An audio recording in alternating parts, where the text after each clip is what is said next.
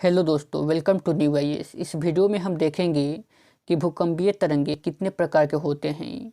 भूकंपीय तरंगे बुनियादी तौर पर दो प्रकार की होती है। एक भूगर्भिक तरंगे जिसे हम बॉडी वेव कहते हैं और दूसरा धरातलीय तरंगे जिसे हम सरफेस वेव कहते हैं।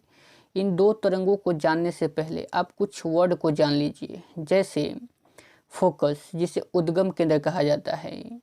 फोकस यानी उद्गम केंद्र उस बिंदु को कहते हैं जहां भूकंपीय तरंगे उत्पन्न होती है। जिस स्थान पर भूकंप उत्पन्न होती है उसे हम फोकस कहते हैं, उद्गम केंद्र कहते हैं। इसका एक और नाम है जिसे हम हाइपोसेंटर यानी अकेंद्र कहते हैं। दोनों का मतलब एक ही होता है। जहां पर भूकंप उत्पन्न होता है उसे हम फोकस, उद्गम केंद्र या हाइपोसेंटर कहते हैं। ठीक है, याद रखिएगा। उसके बाद एक और वर्ड है यहाँ पर अधिक केंद्र, जिसे इंग्लिश में इपीसेंटर कहते हैं। हाइपोसेंटर के ठीक ऊपर यानी 90 डिग्री पर जो बिंदु है उसे अधिक केंद्र कहते हैं। हाइपोसेंटर के ठीक ऊपर यानी जहां भूकंप उत्पन्न हो रहा था उसके ठीक ऊपर 90 डिग्री पर जो सेंटर है उसे हम अधिक केंद्र कहते हैं। ठीक है, अधिक केंद्र पर ही तरंगे को सबसे पहले महसूस किया जाता है। सबसे पहले तरंगे अधिक केंद्र में ही महसूस की जाती है, इसको याद रखिएगा। ठीक है, उत्पन्न तो होता है उद्गम केंद्र में, ठीक है, लेकिन सबसे पहले तरंग कहाँ महसूस किया जाता है, तो अधिक केंद्र में, क्योंकि ठीक ऊपर होता है अधिक केंद्र। उद्गम केंद्र के ठीक ऊपर होता है, फोकस के ठीक ऊपर होता है एपिसेंटर, अधिक केंद्र। ठीक है, उसके बाद यहाँ पर एक और वर्ड है सिस्मोग्राफ।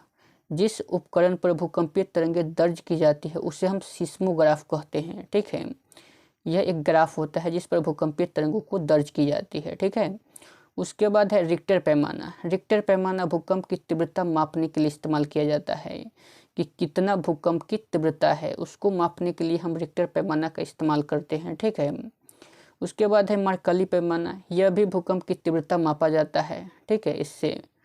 ठीक है, तो चलिए देखते हैं भूकंपीय तरंगे। तो पहला हमने देखा था भूगर्भिक तरंगे जिसे बॉडी वेव कहते हैं। भूगर्भिक तरंगे उद्गम केंद्र से ऊर्जा के मुक्त होने के दौरान पैदा होती है और पृथ्वी के अंदरूनी भागों से होकर सभी दिशाओं में आगे बढ़ती है। उससे हम भूगर्भिक तरंगे कहते हैं। यह कहाँ से उत्पन्न होता है, तो उद्गम केंद्र से। उद्गम केंद्र क्या है, जहाँ से भूकंप उत्पन्न होता है उसे हम उद्गम केंद्र कहते हैं और यहीं से भूगर्भिक तरंगे उत्पन्न होती है, बॉडी वेव।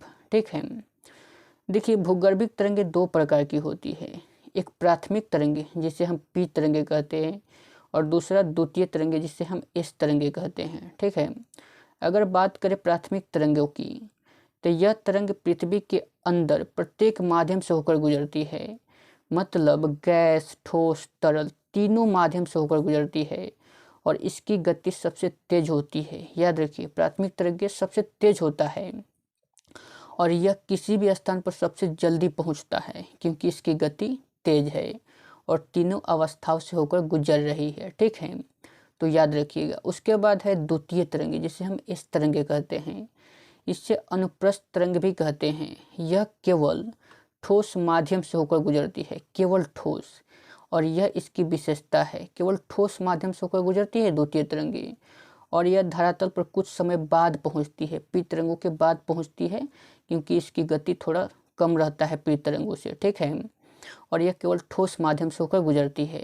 ठीक है, एक और तरंग होता है जिसे हम सतही या दीर्घ तरंगे कहते हैं। ठीक है, जिसे हम एल तरंगों से डिनोट करते हैं। ये तरंगे भूकंप लेखी पर अंत में अभिलेखित होती है और यह तरंग ज़्यादा विनाशकारी होती है। जो सतही होती है, जो सतह पर आती है, सरफेस तरंग, वो ज़्यादा विनाशकारी होती है। इनसे सेल विस्थापित होते हैं यानी सेल टूट जाते हैं। सेल का मतलब चट्टान और इमारतें गिरती है। यह बहुत ज़्यादा विनाश करती है क्योंकि यह सतह पर आती है। सतह पर आती है तो घर को गिराती है, चट्टानों को तोड़ती है। ठीक है, तो ये हो गई तरंगे।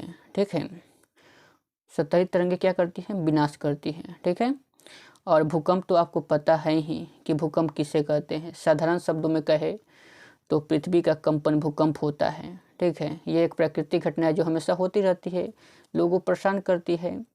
और भूकंप कैसे आता है, तो पृथ्वी की क्रस्ट विभिन्न भागों से बनी होती है जिन्हें हम प्लेट कहते हैं और प्लेटों में जब आपस में टकराहट होती है तो पृथ्वी में कंपन उत्पन्न होता है। जब कंपन उत्पन्न होता है तो भूकंप आता है। यही तो इसका रीजन है। ठीक है, तो अगर आपको ये वीडियो अच्छा लगा हो तो लाइक और सब्सक्राइब जरूर कीजिएगा। जय हिंद।